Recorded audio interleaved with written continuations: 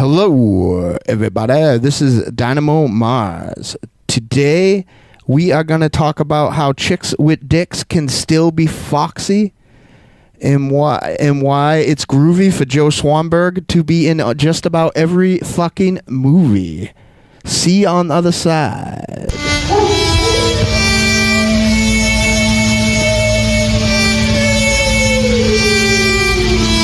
Listen to them. Children of the night. What music they make. Alive! It's alive! It's alive! I got news for you, pal. You ain't leading but two things right now.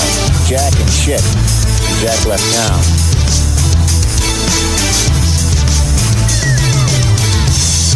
Okay, yo, flip you. Do what? Flip you. Flip you for real.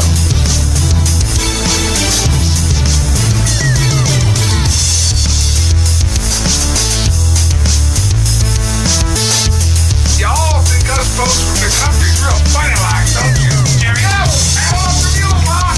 Mine is the Brit. I've got to give me some education, Jerry. You ass. Ass. Death. A bitch. Stupid bitch. What's up, y'all? This is Dynamo Mars. I am back here in Massachusetts at the Crypt, specifically in the beautiful studios of Johnny Wolfenstein, where we record Trick or Treat Radio. If you have stumbled upon this by accident, I am the frontman of the band The Deadites. I am a monster hunter, but perhaps most importantly to you as a film fan, I am on the show Trick or Treat Radio live every Wednesday night. You can check it out on trickortreatradio.com, or you can download it as a podcast on Fridays on iTunes or wherever you get your streaming audio. And I've been told not to make any more golden shower jokes about streaming, so I shan't do that.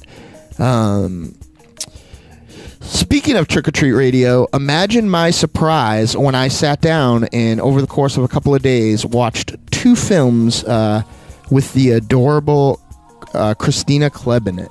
I watched the film that we had reviewed on Wednesday called Killer Mermaid, and I watched this film called Proxy, which I thought was going to be a killer baby movie.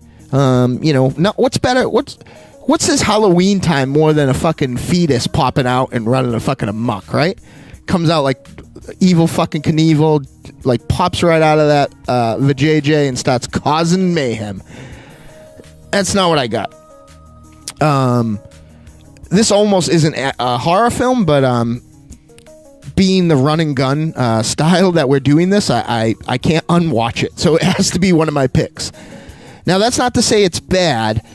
Alexis Rasimov plays a young, a very alone, backward, scared woman who, after she's very pregnant when we meet her, and after she finds out the sex of her baby, she's assaulted and causes her to lose the child.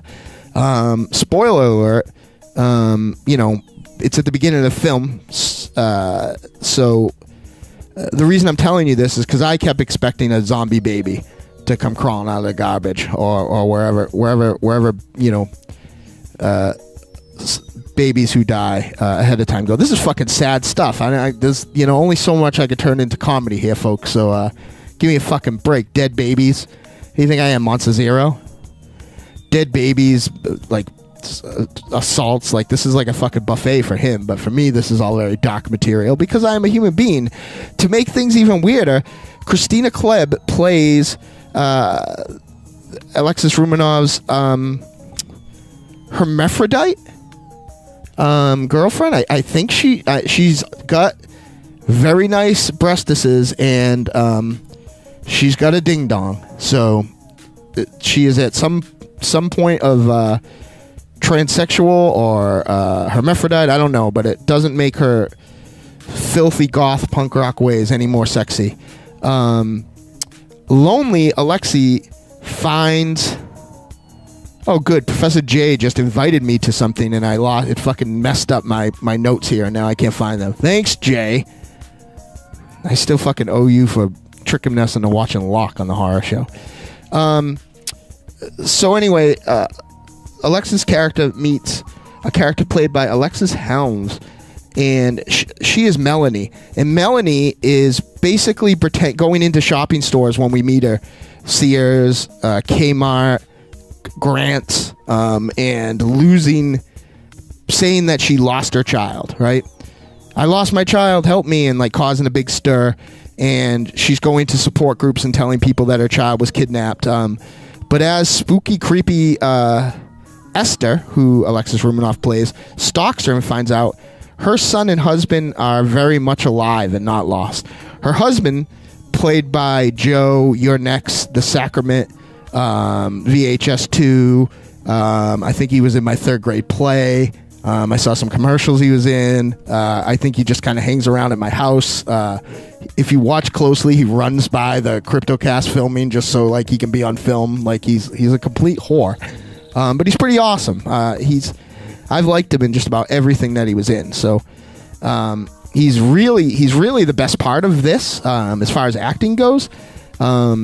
This story is dark and not a traditional horror story. This is a story much like Blue Ruin, which takes a couple of turns. It's an untraditional revenge movie, but really what this is a story about what people will do to get the attention that they crave. And sometimes that attention that they crave is dark. You hear about this with serial killers or serial rapists, and you hear about this with, even people like at the height of their life, like celebrities, like where you see them and they seem to be more in their element as a train wreck, shaving their head and being all crazy than they are in kind of the typical Hollywood celebrity way that we have, that we, would come to, put them up on a pedestal. It's almost like they are more comfortable in the shit house than the penthouse. And that sort of feeling sorry for tragic attention is what the characters, for the most part in this movie, long for. And that's not the type of thing that you can get without breaking a few eggs. So it's kind of a scary, almost like in the same way American Mary was about the subculture of like extreme piercing and tattoos and stuff like this. This is about, I hope it's a fake subculture of people who long to be in the center of tragedy. This film looks great. Everyone acts pretty good. Swanberg really stands out though, as kind of a really good performance by him. Christy Klebb is very good in this as Annika, the hermaphrodite kind of punk rocker, but it's kind of an over-the-top, heavy-handed role. Alexis Evans and Alexis Romanoff are both great in their kind of film anchoring roles. But what I will give credit where credit is due, there's not much I don't think to anchor your performance on in this, so I don't think that there's anywhere, you're not going to say like, wow, remember the time that I pretended that my kid was dead for attention? Like, I don't know where you go to get that performance. So I guess in that case, though they weren't all 100%, like all the performances in this were really admirable. This is a dark film, and this is kind of a non-review, but what I'm telling you is that this is definitely worth a look. I don't want to say too much about it because it's got some kind of twists and turns, especially at about the 50-minute point. Something happens that changes the movie drastically. It's low budget. It's very dark. It's not a traditional Halloween style good time, but I have to tell you, I recommend Proxy. It's a treat. Check it out. Until tomorrow, this is the Halloween Countdown. Happy Halloween.